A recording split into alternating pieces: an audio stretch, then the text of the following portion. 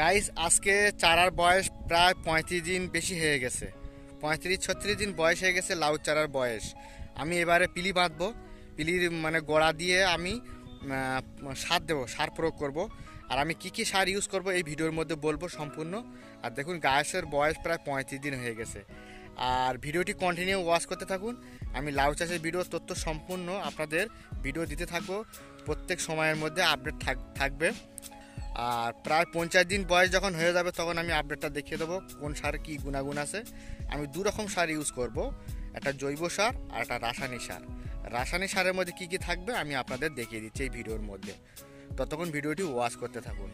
তো গাইস এখানে দেখুন এটা হচ্ছে জিঙ্ক সালফেট, এখানে 200 গ্রাম জিঙ্ক সালফেট নিয়েছি। আর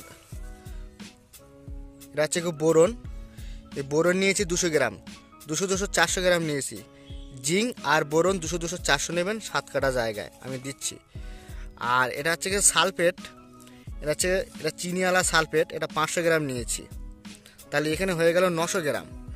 আর এখানে আমি 2 কেজি নিয়েছি পটাশ, এটা পরশ কোম্পানির পটাশ নিয়েছি। আর এরপরে 4 কেজি, দুইয়ের ডবল 4 কেজি লাগবে ফসফেট। ফসফেটটা আপনারা সবাই তো চেনেন।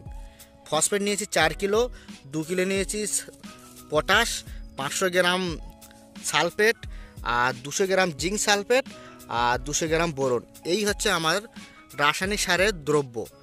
এই 4-5টা জিনিস আপনি যদি লাউ গাছের গোড়ায় দেন তাহলে আপনার লাউ গাছ খুব দ্রুত সময়ের মধ্যে বড় হবে এবং ফুল ফল আনতে সাহায্য করবে এবং গাছের চেহারাও ভালো থাকবে। গাইস এর পরে দেখুন কিভাবে আমি জৈব সারটা ইউজ করব। এটা 60 টাকা কেজি নিয়েছে আমার কাছ থেকে, মানে 500 গ্রাম নিয়েছি। আমি 2 লাইন দেবো টেস্ট করার জন্য, এটি বিঘে প্রতি নাকি 10 কেজি লাগে। তবে আমি টেস্ট করে আপনাদের দেখাবো কতটুকু লাউ গাছ দ্রুত এগোয় আর রাসায়নিক সার দিয়ে কতটুকু এগোয়। তবে আমি চেক করার জন্য 500 গ্রাম নিয়েছি। এই জৈব সারটা খুবই ভালো এবং গন্ধটাও বিকুট একটা গন্ধ আছে। আলাদা 2 লাইন দিয়ে টেস্ট করব আর বাকি সব রাসায়নিক সার দিয়ে টেস্ট করব।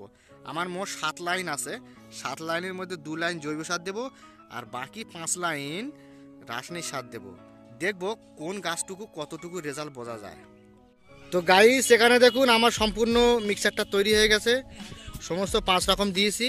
আর আমি প্রত্যেকটা লাউ গাছের গোড়ায় 2 মুঠো করে দিতে হবে, 2 মুঠো 1.5 মুঠো করে দিলে হয়ে যাবে। দেখুন কিভাবে আমি দিচ্ছি গোড়া ঘুরিয়ে, আপনারা এরকম করে দেবেন।